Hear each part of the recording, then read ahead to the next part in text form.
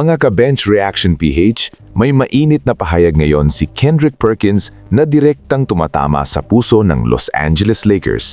Ayon kay Perkins, nawawala na raw ang ears of the locker room ni JJ Redick.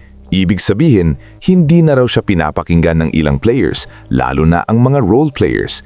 Dagdag pa niya, kahit daw palaging magka-same page sina JJ Redick at LeBron James, hindi raw sapat iyon kung hindi sumusunod ang buong team. At mas lalong naging interesting ang usapan nang sabihin ni Perkins na pati raw ang tono ni DeAndre Ayton ay nagbago. Kaya ang tanong ngayon, may problema na ba agad ang Lakers kahit nagsisimula pa lang ang season? Kung susuriin natin, seryoso ang paratang ni Kendrick Perkins. Kapag sinabing coach has lost the locker room, isa yan sa pinakamalanang sitwasyon sa NBA. Hindi ito tungkol sa playbook o X&Os, kundi sa respeto. Totoo na si JJ Redick at LeBron ay magkaalyado pagdating sa basketball IQ at system, pero hindi lang si LeBron ang nilalaro ng coach. May role players, may veterans, may mga batang gustong marinig ang boses nila. Ngayon, pumasok dito ang pangalan ni DeAndre Ayton. Ayon kay Perkins, nagbago raw ang tono ni Ayton. Pwedeng ibig sabihin nito ay frustration, confusion sa role o hindi siya komportable sa sistema. At kung ang starting center mo ay may ganitong energy, mabilis itong kakalat sa buong locker room. At habang umiinit ang isyong ito, biglang pumutok ang balita mula kay Shams Charania.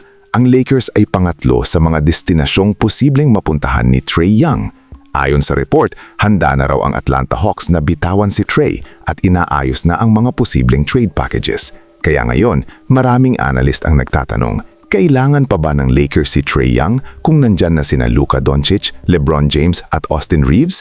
Basketball-wise, malaking tanong ang fit. Si Trae Young ay ball-dominant guard, katulad ni Luka. Kailangan niya ng bola para maging epektibo. Si LeBron ganun din. So sino ang mag-a-adjust? Sino ang tatanggap ng mas maliit na role? At kung ngayon pa lang ay may usapin na tungkol sa locker room at pakikinig sa coach, paano pa kung magdadagdag ka ng isa pang superstar na may sariling sistema? Posible bang gumanda ang offense? Oo, pero posible rin bang mas lumala ang chemistry? Malaki rin ang chance. Hindi lahat ng superstar combo ay automatic na nag-work. Sa puntong ito, malinaw na nasa delikadong yugto ang Lakers. May coaching questions, may locker room concerns, at may malaking desisyon sa trade market. Kaya kayo mga ka-bench reaction PH, kung kayo ang tatanungin, sang-ayon ba kayo na kunin ng Lakers si Trae Young o mas mabuting ayusin muna ang sistema at chemistry ng team? Comment down below ang opinion ninyo at pag-usapan natin yan dito sa Bench Reaction PH. Right there. How about that bounce around Barton? Went to get it and then rainbows at home. Well, you touched on it. The ability to pull back that dribble, stop on a dime, get the necessary